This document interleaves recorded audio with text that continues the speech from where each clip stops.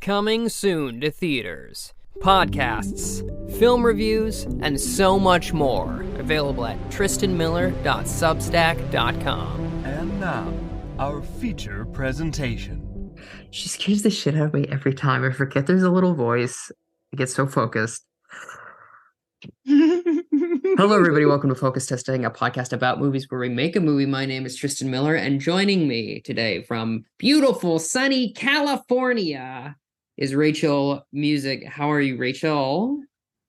Very good, Tristan. So happy to be here. I was doing some transcendental meditation over my coffee, facing east, wine, Bordeaux, pencil, number 2, pad, legal. It's an action. Hi.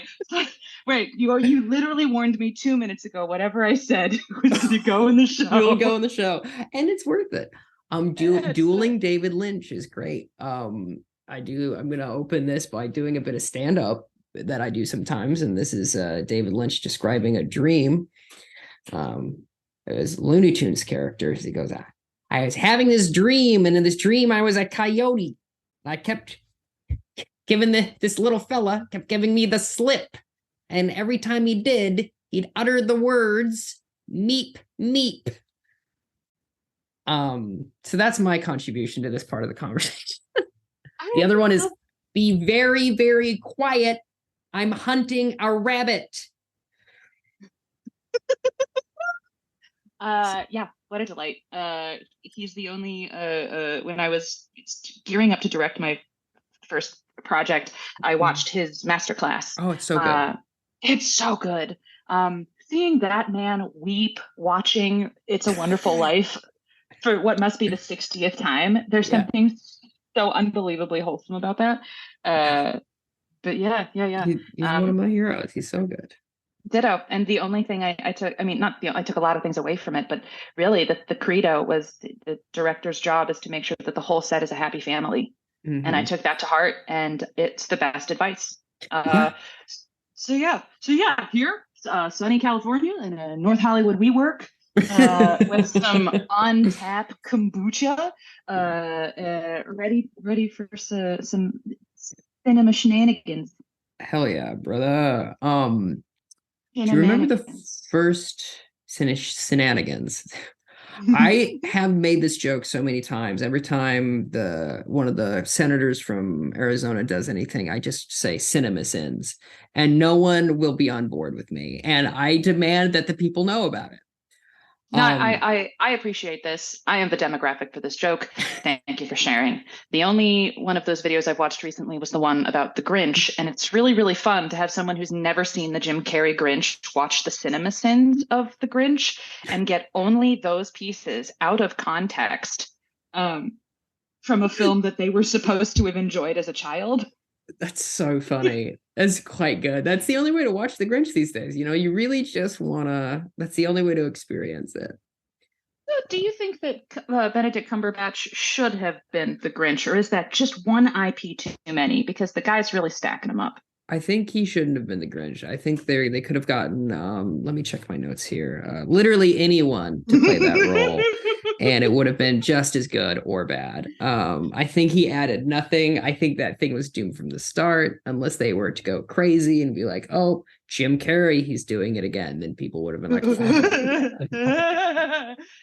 they have a horror film now, since he's in public domain, called The Mean One. And It's about the mean one who kills people every Christmas if you put up Christmas decorations. And Cindy, you know who? Her name is Cindy, you know who? Whose mother was killed by the mean one when she was a child. It takes it upon herself to solve the mystery, and it's real bad. I don't even know that. I haven't seen that, so that's not fair of me to say. Maybe it's a triumph. Maybe it's amazing. Here's the thing. From what you've described, I'm certainly it's what it is the most it can be. Does that make sense? Yeah, and I think there's something noble about films that are what they are. And don't try to be anything different. There is a singularity of purpose in some films that I find admirable. and blockbusters might not get that. Certain blockbusters, like Top Gun Maverick, knew exactly what it was. Yeah. It knew what it was, signed, sealed, and delivered, and dads across the country ate it and snack. Put it on the grill, fire it up. Put it on the grill. Absolutely. No, don't turn it. Don't turn it. It's supposed to carbonize. I know what I'm doing, Linda. Yeah, absolutely. Do you remember the first movie you saw in a cinema? Yes. Pocahontas. Oh yeah. How was that? We came in late. I remember it because it's the first time I'm walking into a movie theater and the movie has already started, and it's the ship, and they're on the ship, and there's a storm, and just the feeling of walking into a giant dark room, and there's a ship and a storm. I have no context. It was miraculous. It's really, it's like that, and then I think like the Mummy was a huge one, because that was the first people movie that I saw in the theaters. That being something that's not animated, which is what I called them as a kid. Is I didn't want to watch people movies because people movies were for grown-ups. And I tell you, I like that better. What, instead of live action? Yeah, this is a people movie. Oh, yeah, because that also assumes that animation is the default, which I love. Yeah, that is interesting. Because what if it was? Because before, well, I'm unspooling the thought that I don't think will help, because I was through like flip books and zoetrope. And I was like, if we go back far enough before animated films were there, and I was like, a flip book does not count. I think the first animated film was a guy running very quickly along the side of a cave and just like, just going, oh, it looks like the train's coming at me, you know.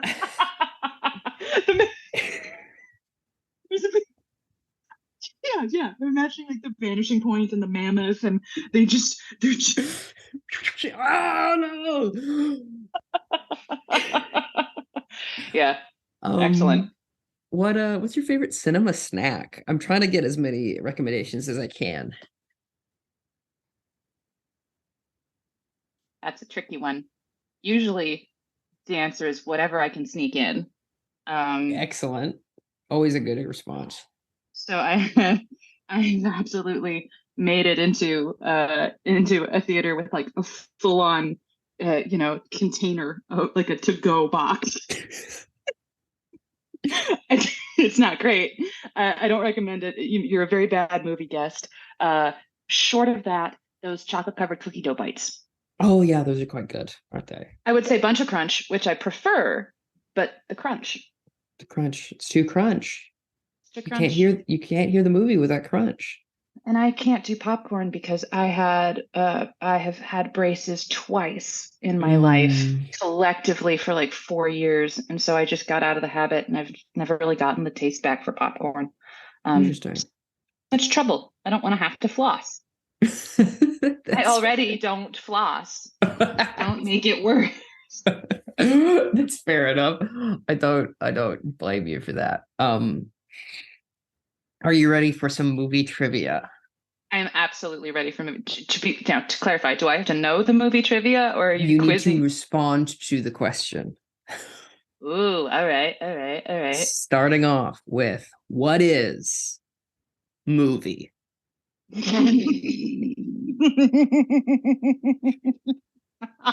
What is movie? Tell me, Rachel. I don't know. I'm just a little baby. What is? I read in the face. What is movie? Movie is 2 hours of your life you're glad you won't get back. Oh, that's so nice. Yeah, movie is time willingly lost. I like that a lot. What book should never be turned into a movie? I immediately thought of one and realized it had been adapted. Oh, what was it though? 120 Days of Sodom. Oh, that sounds like it shouldn't have been. Well, I own it, even though Okay. I'll never watch it. It's Criterion had a sale, and I was like, Mm. I should buy this film that is illegal in many countries because of the depravity. I'm too scared to watch it. So, what is a movie that should not be adapted? A book that should not be adapted into a movie. I'm not going to be shitty and say, well, I just did. I just said a book that was, fuck, man, I'm really batting 1,000 here. I'm just looking at the stack of books next to me going, none of this is Bird by Bird. Bird by Bird Okay. shouldn't. Yeah, well, that shouldn't be adapted into a movie because a movie that is just advice for writers would be terrible. Because it's just like a calm New England woman being like, I understand. It's really hard to write. But if you just write 10 sentences a day, you're starting your novel. And can you imagine that for 2.5 hours? I would fall asleep, but I'd be happy about it. Oh, there you go. Time willingly lost. Yeah, exactly. I failed. I failed. No, you didn't fail. You just answered the question. There's no right or wrong. It's just trivia that will have points later on. No, there's no points. From which actor would you steal a car? Because of the car or because I've got beef with the actor? Okay, fine. I've said what I've said. You said, yeah, fine. Yeah. He's dead. Doesn't count. Well, you can still steal from his estate. I get to steal a Norm Macdonald's car. Honestly, fucking funny. I love it. I would steal Norm He's up there and goes, Macdonald's. so this broad over, and she goes out of this WeWork, and then all of a sudden she takes my Toyota Corolla. I haven't even paid the thing off, and she goes down there, and next thing I know, I got the lease back. Yeah. I think it'd be fun to see like how he kept his car. Short of that, Elizabeth Moss. I'd steal a car from Elizabeth Moss. May I ask why her? Oh, the Scientologists will pay for a new one. There you go. Her face looks like she always smelled a fart. That's true. And I'm sick of people telling me to like her. I think she needs to get knocked down a peg or two, so I'm gonna steal that car. You won't believe it. Oh, that's very funny. Who was your first character crush? Oh, see, now I was gonna say you don't have to, but now you must because of that silly reaction. Is it the Grinch? Is it the Grunch? Is it the mean one himself? No, but it's not a human. Well, of course not. It's probably never a human. Balto. I get it. He's hot. Never been sexier than when he was a half wolf. Can I tell you? Dog. That's very good. Because here's the thing about a character crush is like you just want to be around that character. It's nothing necessarily sexual. Like my first character crush was Kiki from Kiki's Delivery Service. And it's just like I just wanted to be near her. It wasn't even like I wanted to kiss her on the lips. But I will bravely, you've been very brave and been like, Balto is hot. And I will also stick my neck out here and say something that I believe I may have mentioned on this podcast before, but like the only time I found Taylor Swift hot is in Cats. Wow. Yeah. Okay, fair. You know what? I kind of understand that though. And as somebody, well, okay, so a little bit about me. I saw Cats on Broadway when I was 8 years old. It was my first trip to New York. It was one of the last shows at the Winter Garden Theater in 1999. I was Mr. Mistopheles brushed up against my arm, and my dreams were forever changed. I was going to be on Broadway, and I played the VHS of the West End run of Cats until it ate the tape. And I absolutely had crushes on multiple cats in that show. Understanding they were men dressed as the cats, but knowing that the men wouldn't do anything for me. It had to be Skimbleshanks the railway cat, Of who I don't know course. if did he make it into the Cat of the one? Railway Train. Yes, absolutely he did. Yeah, lovely. He's the lovely. best. He's the best part of the show. His best part of the musical. Yeah. That's fair. And I appreciate your honesty. I was expecting Maid Marian. Oh, she's also very cute, but They're not both my hot. type. Really? I mean, is it the demure thing? Because It's the demure thing. It's the attitude. As Robin Hood. Yeah, for Whoa. sure. Absolutely. That was a sexual awakening for most millennials in one way or the other. Either you're like, oh my God, or you're like, I don't trust this guy for some reason. I trust too much. I'm a sucker for like a roguish, a little trickster. That makes sense. Yes. What is my favorite movie?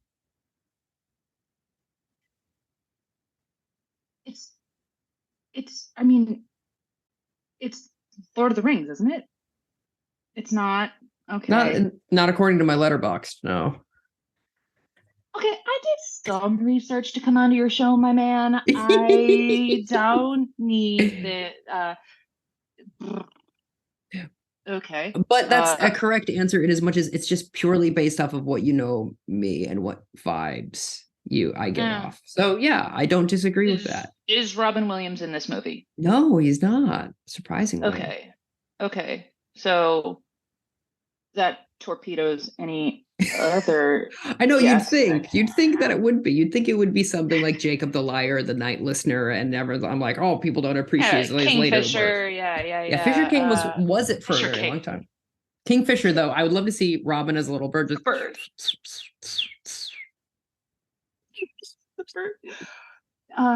No, then, because the last time I remember us really talking about movies, we were living in the same awful apartment. And you were recommending If Beale Street Could Talk. So that's how long it's been. Can I tell you that is in my top 3? Fuck. You are the closest person so far. Yes, I will take that every day. It's a great film. I've only seen it once, but I remember every frame of it. Oh, and that's marvelous. Yeah, that's how I know I love a movie. It's like, I don't need to see it again. It's all up here. Oh, ever since I stopped drinking and switched to teen cannabis hardcore, I do find that sometimes I have to rewatch films. Sure. But I have a very selective memory where sometimes, like even films I've seen multiple times and love, I have a really, really bad plot memory. You may find this may make it self-evident as we continue. I can remember like a speech word for word after I've heard it and tell you why I love a movie and forget who the bad guy is. That's so interesting. I'll be like, that's a really great movie. I can't wait to watch it again. The atmosphere is great. The pacing's wonderful. Oh, that's it. It was old man Jenkins the whole time. Yeah. I'm such a cheap date. I got so much mileage out of Old Boy. Actually, not true. Old Boy is a film I've seen once. It's burned in there. I don't ever need to see it again. Usually it's movies like Irreversible. Like I never need to see that film again. Mm-hmm. I'm glad I saw it, but like no more. Good. No more, thank you. Good. Yep. Getting harrowed. I got I think 3 more trivia questions for you, and then we'll move on to the next game. What Star Wars character do you want them to never make a movie about or Disney Plus series about? I don't care about Star Wars at all. So if they never put out another piece of Star Wars ever, I'd be fine with that. But to prove I've seen one, at least, first off, I was dating a guy named Mike in college, and he found out I had never seen the original trilogy, and he was literally like, "We're not having sex until you watch A New Hope." And I was like, loser. Fine. I know. It's fine. But he's doing well. That's good. I'll say the Justin Theroux cameo from the Casino Planet. That's Whatever that guy was doing, let the mystery be. Oh, that's really quite a good answer, to be honest. You're like, I don't give a shit about it, but I was paying attention. Like, I don't care, but I do remember, which is great. People bitched about the Casino Planet, and little me, who doesn't care about fan service, is like, yay. Yeah. I walked out of that movie going, was I entertained? Okay.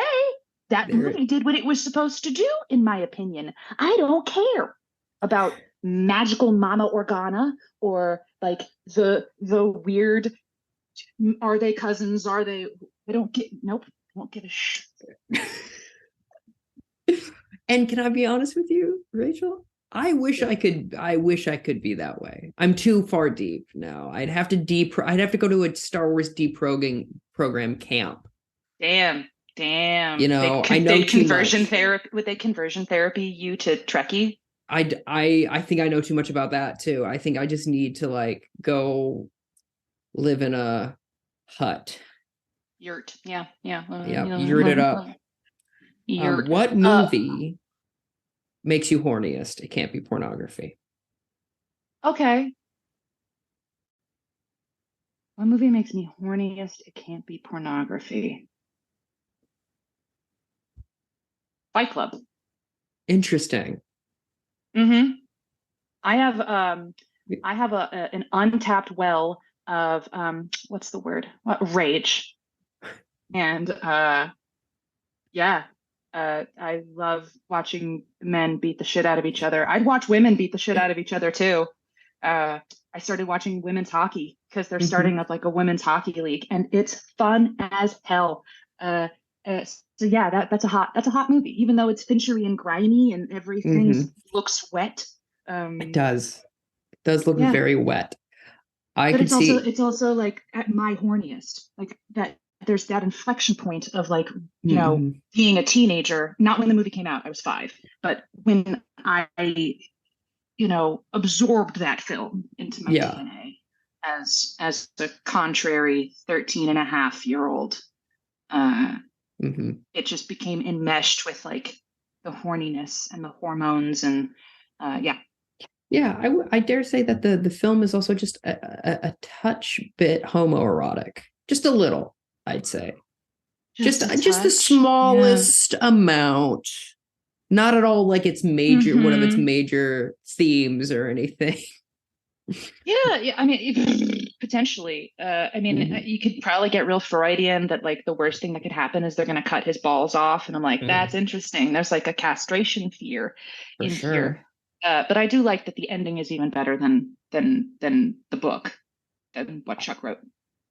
Can't say that I've read the book. Can't say that I've seen the film too many times. Can't say that the film has been ruined by shitty white guys not understanding the film. And I love that you love it, but it's my Star Wars. It's my Star Wars. I love it in spite of itself and in spite of its fan base. And I have had the thought of like, I wish I could go back and incept this and maybe, like when I saw Barbie, I thought, what if this is fabulous, but this isn't meant for me. But if I could go back in time and watch the Barbie movie instead of say Inception, I'd be a different human. For sure. I'd be a very different woman. 100%. Are you ready for the last question? It's the same question that I ask everyone. Yes. It's, why is Austin Powers so sexy? What about the man?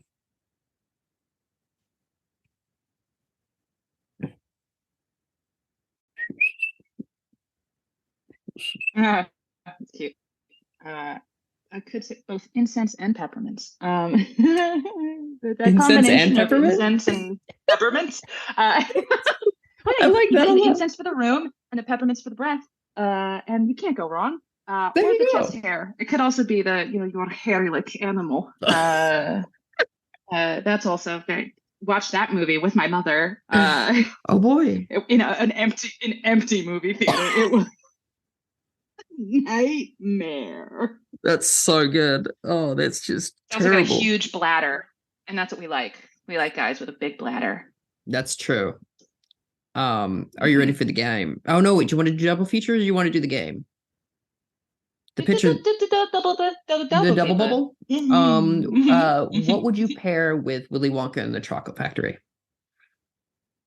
I'm glad I have my scratch pad. Willy Wonka and the Chocolate Factory. Well, really, it's about this is Charlie's movie, and Charlie is plucked from obscurity and given access to Aladdin. Okay. Same film. Yeah, boy pretty much.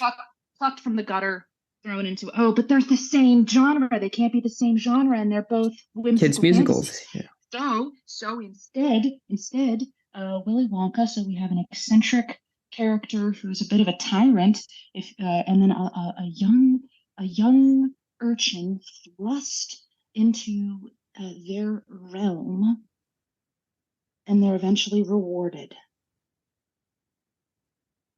Wait. I don't want to give you dead air. What's this? If I may, Hudsucker Proxy. Haven't seen it. Haven't seen it. That sounds like a Robert Ludlum book, is it? No, it's a Coen Brothers movie. Wow, and I haven't seen it? It's my favorite one. Yeah. It's it got Paul Newman in it. Hey, that's cool. I don't know if anyone's ever said this before, but Paul Newman's he was incredibly handsome. And I remember I once wrote a line about Paul Newman that you liked a lot, which is this real sweet character saying to his wife, I know you have to believe in me, but if Paul Newman could give up his career as an actor to follow his dream of making salad dressing, then I can do this. Very good. Very good line. And yeah, Child, Pan's Labyrinth. That would that's quite good. That's very good. Only if you consider that death is the reward. Or to be, Spanish Civil War, shitty. It's a reprieve. Or the world that she goes to, that is the reward. Death is the initiation into the reward. But so yeah, I'm gonna stick with that. Cool. I like it a lot. I think that would be a very good double feature. I love this idea. I don't think I actually fully explained it on mic because this is kind of a newer segment to the program. It's similar themes, opposite genre, double feature. That's the game, and you're playing it quite well. I like the answers you're giving out. What would you pair with Iron Man? Iron Man. Okay, so redemption story.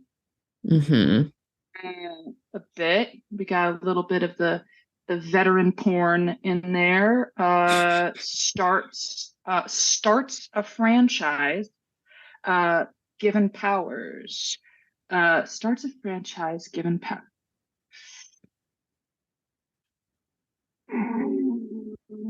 Wizard of Oz? No, that's weak. Interesting pairing, that's for sure. No, but we're off to see the wizard. No, because well, it would be another RDJ film. Okay. So I think that'd be actually kind of interesting. I'll curate this for you. So instead of Iron Man, we're gonna have him be no redemption. Well, except instead of getting powers, he gets weaker as the movie goes on. The Singing Detective. I don't know what the fuck that is, but I will look it up. Singing Detective. It's a radio show, and they originally made it into a limited series where Michael Gambon played him. Interesting. And, in like the 70s and 80s. 80s. It's the 80s. I cannot remember the screenwriter's name. But yeah, and then it was one of the right after Stand Darkly, and Mel Gibson paid his liability insurance to get him in this film, and it is the reason that Robert Downey Jr. has often come out and said, like, back off, Mel, he's sick, and he didn't know what he was doing, and he's tried to do right. And when I was sick and nobody took a chance on me, he did, and he put his own money on the line for producers to pay the liability insurance so that I could be in this film. And regardless of anyone's personal politics, I think that's a generous and a kind little, broken clocks are still right twice a day. Yeah, for sure. And it's a weird movie. Talk about like an oddly horny film. Adrian Brody, Carla Gugino. Oh, she's so fucking hot in it. Anyway, I don't know if it's good. But you like it. Is that a weird thing to say? No. Yeah. I like it, but I don't know if it's good because I saw it when I had the flu in middle school and the fever dream, I think, made it better. That's very funny. Last one, I'm gonna go with Atlantis. The Lost Empire? Disney's Atlantis, yes. Disney's Atlantis. So As Above, So Below. Very good. Nice. French horror, subterranean. Let's do it. Right. I love it. Let's go to the pitch, shall we? Our word today is, come on, phone, sport. Oh, no. Sport. I have some ideas about this, but I would love. I always care about more than others. There are, but that's not where my mind's going. I love rugby now, actually. Unironically, it's so much better than American football. You can at me about that. I don't. I would never fight that. Part of the reason that I don't like American football is one, too many breaks. 1, 2, too much padding. What did I just say? I love seeing men beat the shit out of themselves. So that was the other thing I was going to recommend. Look into women's rugby. The White Ferns. I think that would be good for you. But no, sport for me, my first thought was this. And if you have something else or something, we can combine it or we can, muddle through this together. Obviously, that's the whole bit. Is it's an actor preparing to play Jay Gatsby, but the ghost of F. Scott Fitzgerald doesn't like that. And I hate that the rest of the sentence is this because I didn't think about it before I started talking. F. Scott Fitzgerald doesn't like that the actor is black and he has to deal with it. So is this because Gatsby has just entered public domain and there are now going to be competing musicals on Broadway? No, this is because he says old sport. No, I know, but I was just, well, that is also true. So that is true, and what I said is true, and so collective unconscious, that might, but it is, and there I didn't know it's going into public domain. It's gone into public domain, and 2 competing musicals will be on Broadway at the same time. One, I didn't. Good, go ahead. One, like totally colorblind casting, going for this little deal over here. The other one, the music of Florence and the Machine. Interesting. I saw those listed on Playbill. Yeah. That's it's an option. If you want to go with something else, we can. I like it. I have a little thingy here where I'm like or sport, and then I wrote sporting dogs. That's the first thing. Sporting dogs. I don't mind the F. Scott Fitzgerald thing because I think that's a well-trod device, like the ghost of somebody interfering, and then of course it just becomes a buddy comedy where they get what they both want in a way and compromise because what they wanted is not what they needed. But how can we put a sporting dog in there? Well, what if instead of him not liking the cast member because it's black, what if F. Scott Fitzgerald doesn't like that it's like a modern day Gatsby and that modern day Jay Gatsby is like the quarterback? Like he's yeah. It's like a Sag Harbor High School or like a St. Paul's, like a boarding school kind of thing. And Gatsby is like, all-American athlete, except I think Jay Gatsby was athletic. I bet Jay would have absolutely played not just squash and handball, but probably all the sports. I mean, they do talk about polo a lot. F. Scott himself was asthmatic, and that's probably why he wrote it in. So I feel like we're like an asthmatic sport. Mhm. Like, let the horse do all the work. Oh, for sure. Yeah. I mean, except for the dander, of course. But you can't forget about the dander.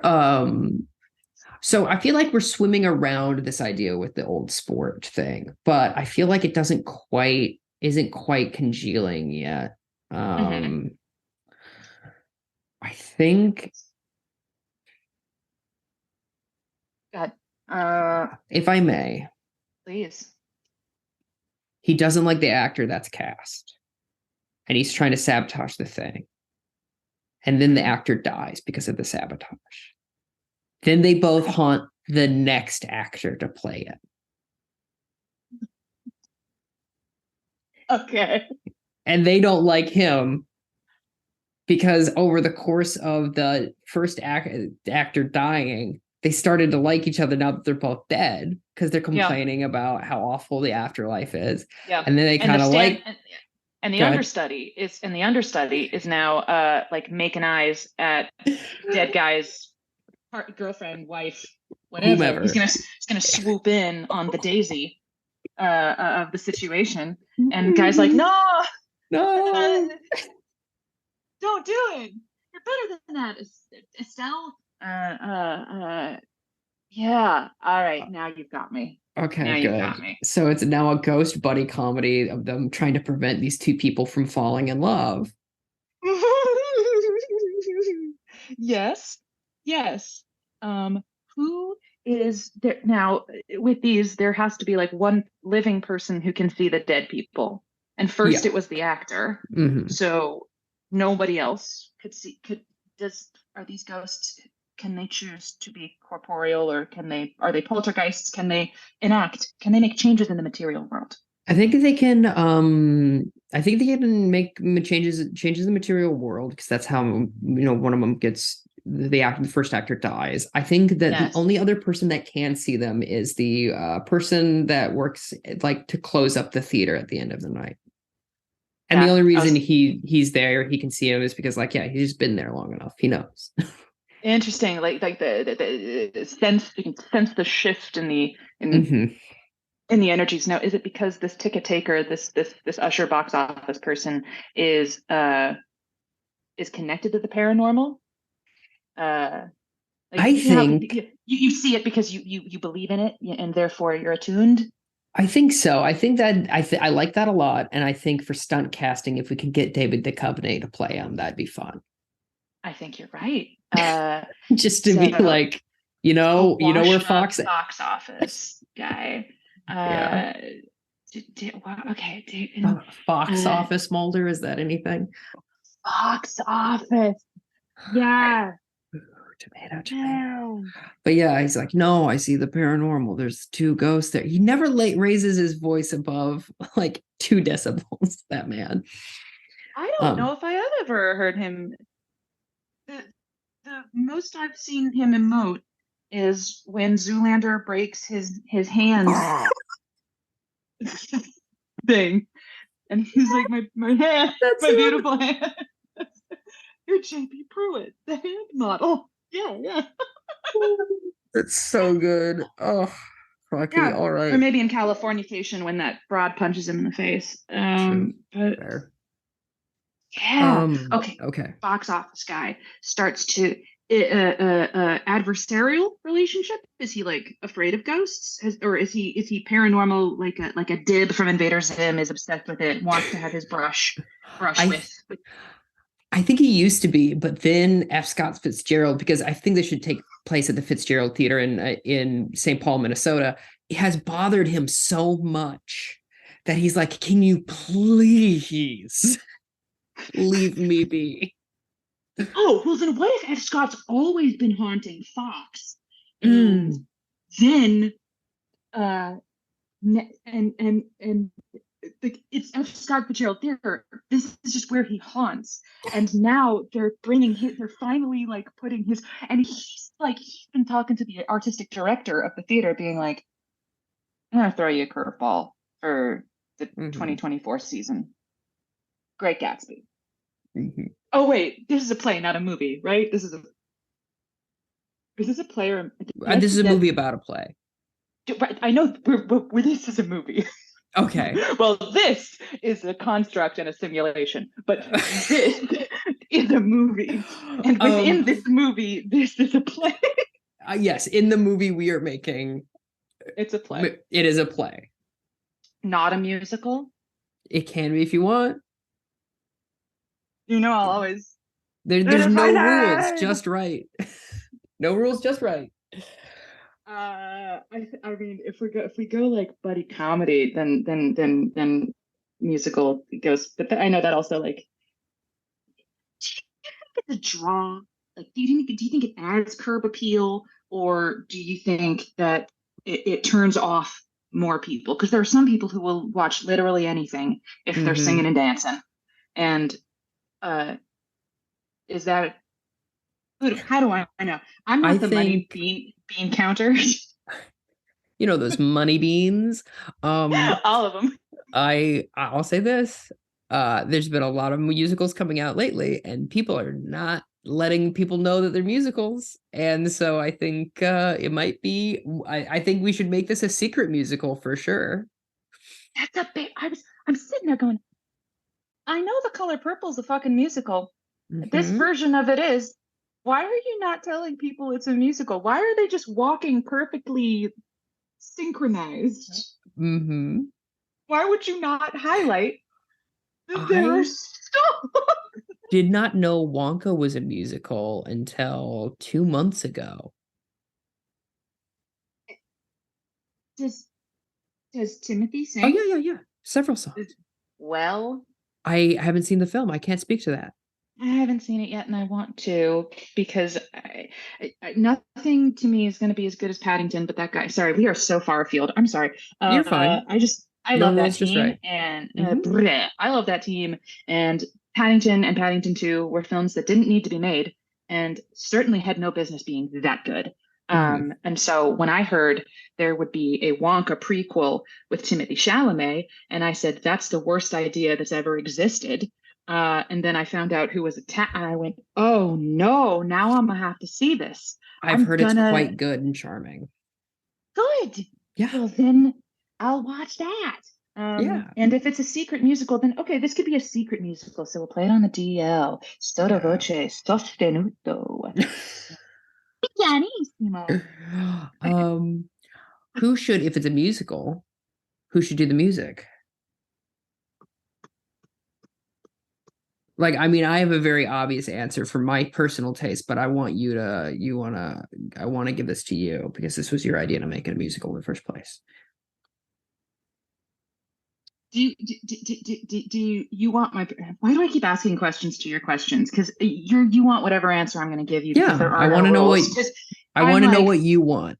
I know what a producer executive, what a fucking development exec wants, which is Duncan Sheik, because Spring Awakening, and then they made did you know they made American Psycho into a musical? Yes. Nobody know. Oh, you did. I did. Matt Smith played him on the West End. Thank you. Game, set, match. Yes. I want Gatsby. 20s fun. 20s dancing, good times, but I would like the music to be treated like diegetic music. I wouldn't give it up. I wouldn't give it a Bob Lerman thing and be like, yeah, we're gonna listen to Kanye, even though it's 1922. So libretto by. I'm blanking on all of the names of writers I respect, and it's killing me. That's okay. We'll come back to the late Stephen Sondheim. Great. We'll get his ghost in. Oh shit, that'd be cool. Actually, cool. But no, I will ruminate on that and just keep jotting down names on my little pad and come back when we figure out how the music dovetails into it. Because when you figure out how much of a presence the music is, I think that will actually help it. Because if we're doing like a book by Diablo Cody, music by Wiz Khalifa, I think that, hear me out on this, the ghosts have to sing. That's how they communicate. And the reason we can't have it be David Duchovny anymore. I'm sorry, David. We have to get like a really strong musical theater actor who can sing back to the ghosts. That's beautiful. Hey, And thanks. that's actually a great theatrical device too, is that the living world speak, ghost world sing. It's very operatic. Yeah. So I'm going to come back. John Adams, the neoclassical composer, Okay. not the president. I was wondering. No. I wrote an opera about Oppenheimer. So, An Oppenheimer. An Oppenheimer. That's Oppenheimer doc. So I like that. That's good. Okay. So I think that changes things up a little bit, but I think that means the two actors that are that plays F. Scott Fitzgerald and plays the first actor that dies, they have to be good singers, and so does the box office attendant. And I think also his the first actor's partner should be a good singer too, and she starts to learn to communicate with her dead partner somehow. Cool. So these are all like really fun, dreamy ideas. But what happens? Do you think? Does the partner fall in love with the new person? Well, she thinks she will. You know, the first blush of infatuation. It's a showman's after all. The showman's backstage. All these sweaty bodies changing in close proximity. The stage manager staring at you over her clipboard. It's just everyone's doing massage chains for no damn reason. Yep. No one is hornier than like teenage theater kids. God, it's awful. It really is. I'm gonna make a pitch for the box office person. Yeah. Paul F. Tompkins. He does have a good singing voice. He's a great singing voice. I can imagine him in like a little like a classical sort of like Usher's uniform. With the little epaulets. And then I think little hat. Just like with this little mustache. Can we set this back a bit? Because I think this would actually be wonderful in like a small theater in like the late 80s, and we could get Sondheim then. For sure. So and also like little stuffy Paul F. Tompkins. It feels a bit more like a Neil Simon show. With this, which is nice. Matthew Broderick. He can sing. Matthew Broderick. As who? As the first actor? I think the first one, because there's not many. There are not many things. There are few things more charming than Matthew Broderick changing his mind about you. Oh, that's fair. Do you know what I mean? Like him coming around, you're like, "Aw." That's true. Yeah, I could get on board with that. So he's the first actor, and then we have the ghost of F. Scott Fitzgerald. Cool. Either not Len Carew. Wrong Sweeney. Don't know any Sweeneys besides Depp. I can't help you with this one. George Hearn also played Sweeney Todd. Norbert Leo Butz, because that's a fun name. Sure. Norbert Leo Butz is a Broadway Mandy Patinkin. Oh, sure. Yeah, that would be great, actually. Yeah. Mandy. So we got Broderick and Mandy and Patinkin. Did I tell you that Paul F. Tompkins is hanging out? Did I ever tell you that I thought Mandy Patinkin was Hispanic for the longest time because of Princess Bride, and I thought his name was Manny Patinkin, like Manuel. Someone had to very kindly take me aside and go, no. No, I did not know that, but that's delightful. I'll counter that by saying that for years and years, until my mid-20s, I thought that the opening line of Brown Eyed Girl by Van Morrison was, "Hey there, amigo." No, it's not. You're not, in a way, you're not wrong. It's very much not those words. But in the spirit of the thing, I like this. So she thinks it's a showmance. She thinks she's in love. And Nicole Kidman. Oh, she can sing. That's right. That's fine. And if it's 80s Nicole Kidman, that's fine too. Mhm. So Broderick and Nicole, the height disparity, no one will ever believe that. That's why it doesn't She's work like out. 6'1". Well, okay, fine. Chenoweth there. Wow. Fine, Chenoweth there. Because Nicole Kidman she could be the artistic director. She could be the director. The Oh, that would be director very is good. she's the one adapting this book into a play. Yeah, that's And great. it's going to be her, she is the spurned lover of the former artistic director. No, the spurned wife, but she sued him for everything he was worth and got the theater. That's all she cared about. She was his wife for 17 years while he philandered, while he dragged her ass across town. And she sat there patiently at home, reading her books and collecting her evidence. And when she finally went to that attorney's office, she said, I want it all. And then they went, we can't do that. And she goes, then I want the theater. And they go, okay. And she walks out of the theater recreating that iconic pose of her getting divorced from Tom Cruise. Yeah, I like that a lot. Then new lover coming in, new actor coming in opposite Kristen Chenoweth. Here's I pitched this guy earlier today recording another podcast, but what about Keith David? It's so funny you say that. I had my father beta listen to an episode of a podcast that I directed, and he texts me, this guy sounds like Keith David, and then texts me a photo of Keith David.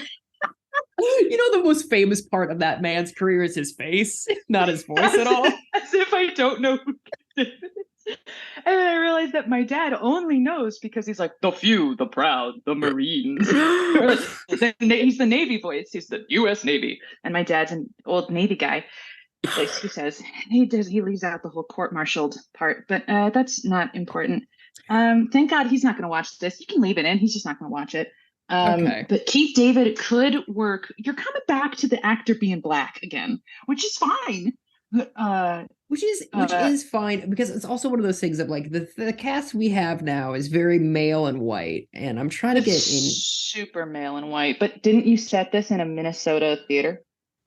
Yes, that's true, but you would be surprised as someone who's done a fair amount of theater in Minneapolis. It is mostly male and white, but there's there's all sorts of folks up there. Everyone's also just True West. Okay, but what about this? I'm not against Keith David for what it's worth. What if we get what is his name? Very Home Companion motherfucker to come in. Oh, Garrison Keillor. Yeah, get Garrison Keillor. Garrison Keillor is Nicole Kidman's ex-husband. Oh no, I was going to say is the new actor to come in. Oh, it's like a weird. That's very weird, but isn't that so odd? So Broderick gets killed by a ghost, and they're like the next logical step. Garrison Keillor. Get Garrison Keillor, Guy Noir himself. Come on in. Yeah. Be well, do good work, all right. and don't bump into the furniture. I like him better. He's more well suited to be the ex. And I think the whole thing, the B plot has to be like, unless this show makes a profit, he gets the theater back. Yes. That's the whole B plot there. And Kristen Chenoweth is really on Nicole Kidman's side, and Matthew Broderick isn't, and that's why the Ghost of S. Scott Fitzgerald bumps him off. They have that kind of like, that's the third act twist. Is like, no, I killed you on purpose because you were such Matthew Broderick. You're such a bad actor that this would have been a flop, and so we have to bring someone else in because this needs to be a hit, so she can keep the theater. Keith David. And then you bring in Keith David, a renowned star, beautiful singing voice. Yes. Yeah. He pitches woo to Kristen Chenoweth. I think I like that, but then I think I like Kristen Chenoweth like kind of going, oh, I have been feeling something, and I got confused. It isn't though about you, Keith David. It's about Nicole Kidman. Oh, okay. What do you think about that?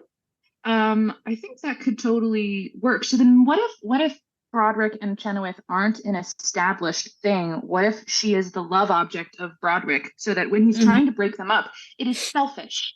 It is not, you know, the slightly more understandable, albeit still possessive and weird, like, but that is mine and I don't want someone else coveting it. And the I didn't get to, and I just don't think that she's right for him, which also comes from just a place of ego. That'd be interesting. That she's like, I thought I loved the show, but it's just that I love being directed by you. She could be like, I fucking hate this show. That would be really good. I really hate what we're doing here, but I love you. I've hated every moment, but I love you, Nicole Kidman. Every moment has been unspeakable agony. But and she's so small and Nicole Kidman's so tall, and that's really cute, honestly. you could just pick. I can't do it. It always ends up coming out like an Amy Sedaris character instead of what she actually sounds like. One might argue, Rachel. I mean, that's I what would she sounds love. like. Okay, fair. That's true. But they also have very similar everythings about them. These itty bitty little women. My Little Women. They're the titular Little Women. Now that is an adaptation I would watch. Julia Louis-Dreyfus, Amy Sedaris, Kristen Chenoweth, and Viola Davis. Viola Davis. Actually, no, Regina King, because you got this great fucking comedy for us. Oh, that'd be so fucking good. Eh? Oh yeah, but just doing that book. Yeah. Oh, that'd be so good. Okay, so I like this thing. I assume the play goes well, and then F. Scott Fitzgerald is like, and Paul Tompkins is like, "Be at peace, spirit," and because it goes well, and then they fade away. I mean, yes, but the part where we think everything won't go well is the, Garrison Keillor has sabotaged the performance as well. Yes, maybe? of course. And then either Broderick or F. Scott, probably Broderick, because he has to overcome his selfishness.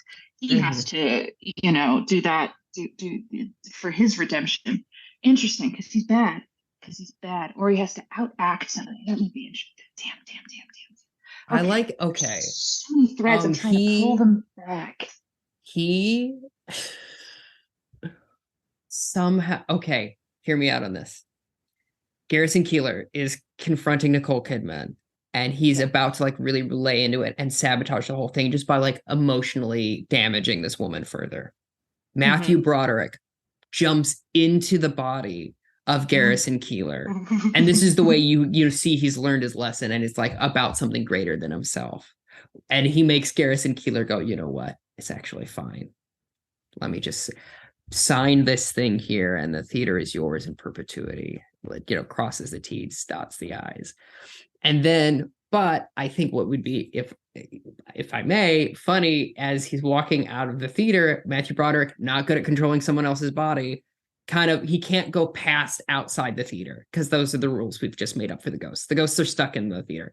And then, die in the theater, stay in the theater? No, because this is F. Scott's theater. He didn't die there. He's just haunting there. He's just, but it's kind of like a poltergeist thing. I don't know. Well, yes. it's all. But so as Garrison Keillor is walking out of the Fitzgerald theater, Matthew Broderick gets lurched back, and so he gets lurched forward, and then Garrison Keillor gets hit by a car. Yeah. And then there's just this moment of like it cuts to Broderick doing his great oh my god, what have I done face that he's so good at. Then it cuts over to Scott Fitzgerald, and then it's like a two shot, and then just Garrison Keillor fades into existence next to him. That's very funny, and I'm gonna and so if we're gonna make this like Broderick has to redeem himself, which I'm so down for. What if he is sort of like the prince of the Minneapolis theater scene? He's thinks he's better than he is. He's big fish in a small pond. And what if there's a little bit of it might be too dark, but I think it'd be very funny for the Garrison Keillor payoff. If he is perhaps, it's so funny to picture this for Broderick now, but he's like sexually aggressive and like doesn't really take no for an answer, because then it's very, very funny if in order to win, he has to enter someone's body without their permission. And he's like, oh God, not this. Oh God. Oh no. Oh. Yeah, I like that a lot. Like, yeah. I think that's good. I think it also leads to the first couple of minutes when he's pursuing Christian Chenoweth that you're like, well, this guy's clearly gross. Yeah. They shouldn't end up together. He's a blowhard. And we think that he just needs to be humbled. Like, he needs to be humbled more than that. Yeah. Yeah. So I'm into that. We open with Matthew Broderick, and he's like practicing this thing, and now, oh, more layers. Fuck. The play is a play, but the movie's a musical. So like, the play are there songs? I don't think in the play there are songs. I think that makes it too confusing. I think it's already confusing enough. But the ghosts can sing. But the ghosts can sing, and they can't leave the theater. And they can't speak. They can only sing. Ghosts can only sing in the theater. Right. Well, that until their lesson is learned. Cool. And if I may, going back to the original thing, F. Scott Fitzgerald gets released when he sees Keith David knock it out of the park as Jay Gatsby and goes, well, I guess black people aren't that bad. And then he fades away. Okay, well, that's actually great, because then you have like a psych out where you think it's going to be this movie, and then around the little Act 2B, he's like, actually, I'm going to I'm going to go and have myself a gin Ricky, a lime fizz, and a Scotch egg. Oh boy, what that were sounds we like doing? Just now? No, Before? In the 20s. What were we doing in the 20s? Badminton and cocaine. That's true. And yeah, smoking. About to go into a war that we didn't know about. I like it. I think the ending as well is quite fun. Seeing Garrison Keillor get hit by the side of a bus, just objectively very funny and surprising. And then the fact that he's trapped there forever too, in the theater.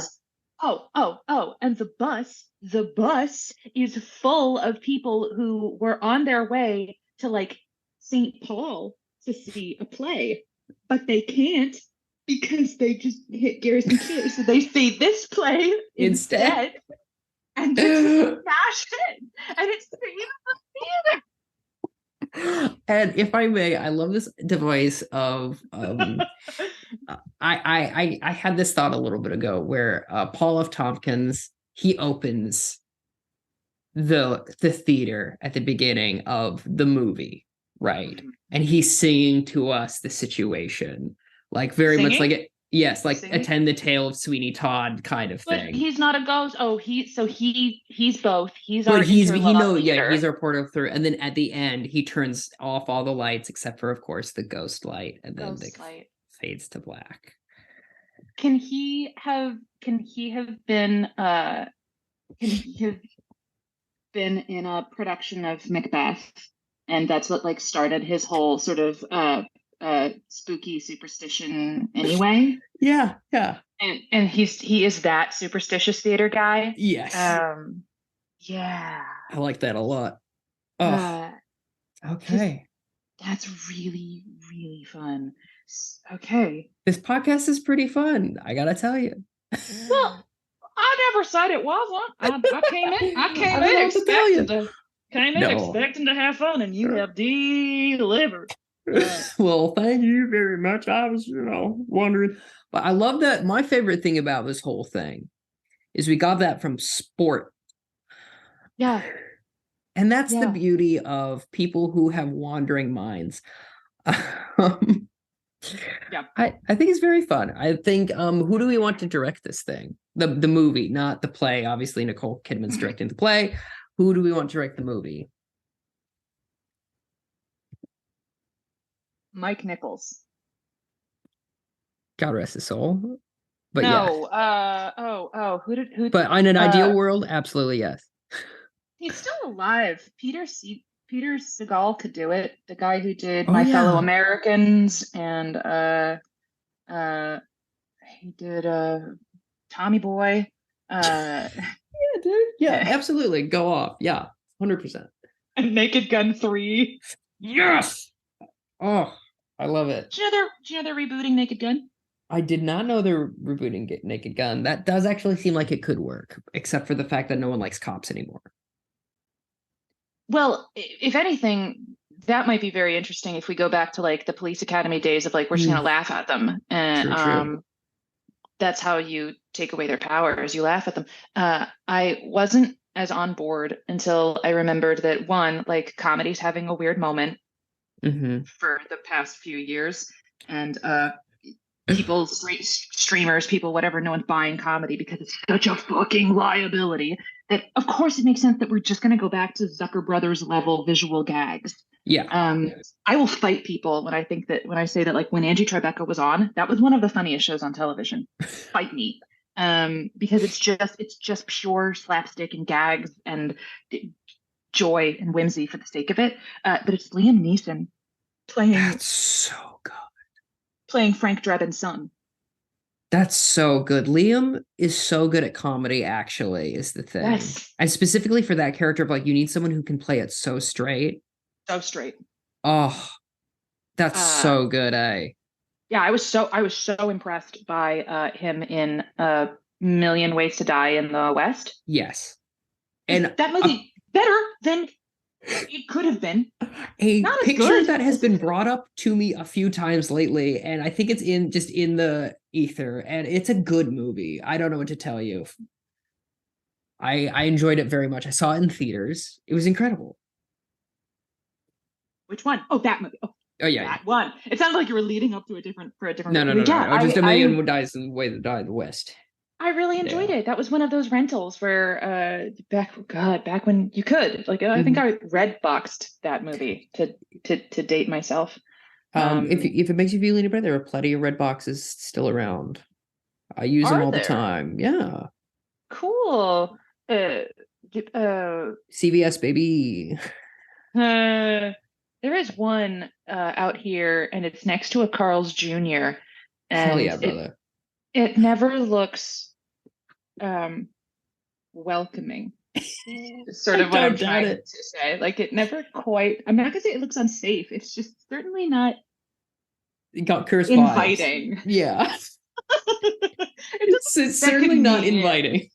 I like that a lot. I don't feel invited by this. No. Held.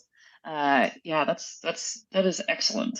Yeah. If you're someone like me who's on T-Mobile, often they'll give you a free Redbox rental for a day, and I'm like, whoopee! I can go see anything with Liam Neeson or Bruce Willis. Do you want to do a quick lightning round? Yes. Okay, Disappear is the first one. For me, Disappear is about someone who is trying to learn to insult their friends for comedy so they can succeed in high school. And it's about dissing and their appearances. Disappear. That's really Call me Lance good. Armstrong, because that's a stretch. No, that's a very good pun. Thank you. Mine was going to be something about probably like a birthday magician who I'm so on board. has a harem of all the women he's made disappear that actually like it's but it's gotten so big that they like run his life, and it's actually more of like a browbeating Gary, we're out of milk. That's very good. Yeah. And then one day he disappears. Like he doesn't have the right woman and he hops in the box instead. And then he shows up. Oh, that's what it is. He hops in the box and he actually sees all the women that he's made disappear. And he assumed his assistant would just like let them out after the show. And that no, they've actually been disappearing this whole time. They're in a pocket dimension. That's my pitch. That's very good. Deprive is the next one. Deprive. This one's cheating because I literally pitched this film earlier today. Go for it. Sexually repressed, shut-in woman starts going to float tanks as a way to try and open up, heal, self-regulate, and starts having profound sexual fantasies in the float tank in these altered states. And comes out feeling fresh as a daisy, starts looking better, feeling better. Hey, how's it going? Talking to, did you get your hair? Everyone she has a wet dream about dies. That's really She has good. unwittingly made like a pact with a succubus. It's like Final Destination, but with wet dreams. It's very funny.